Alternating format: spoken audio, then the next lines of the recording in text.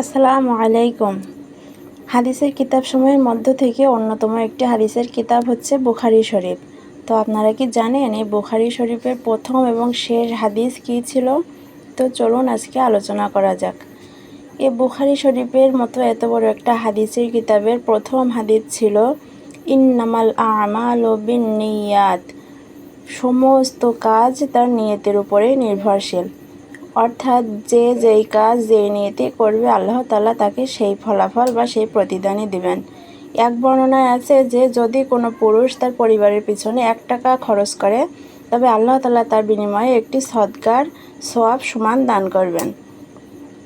তো যদি কোনো পুরুষ এই নিয়তে তার পরিশ্রম বা সে কাজ করে যে আমি আমার এই উপার্জনের টাকা আমার পরিবারের পিছনে খরচ করব একমাত্র আল্লাহ তাআলার জন্য, তবে অবশ্যই আল্লাহ তাআলা তাকে সওয়াব দান করবেন।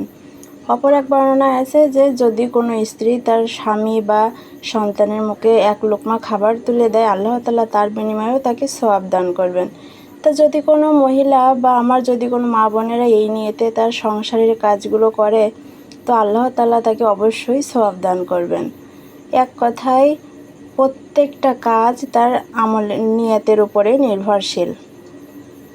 আর এই বুখারী শরীফের শেষ হাদিসটা কী ছিল? এর শেষ হাদিসটা ছিল রাসূলুল্লাহ সাল্লাল্লাহু আলাইহি ওয়াসাল্লাম বলেন, 2টি এমন কালেমা আছে যা জবানে খুবই হালকা আর ওজনে খুব ভারী, আল্লাহ তাআলার কাছে অত্যন্ত প্রিয়। কালেমা 2টি হচ্ছে সুবহানাল্লাহি ওয়া বিহামদিহি সুবহানাল্লাহিল আযীম। তো দেখুন বুখারী শরীফের মতো এত বড় একটা হাদিসের কিতাবের প্রথম আর শেষ হাদিস এই 2টা, তাহলে কত গুরুত্বপূর্ণ হাদিস। তো আল্লাহ তাআলা আমাদের এই 2টা হাদিসের উপর আমল করার তৌফিক দান করেন। আমিন।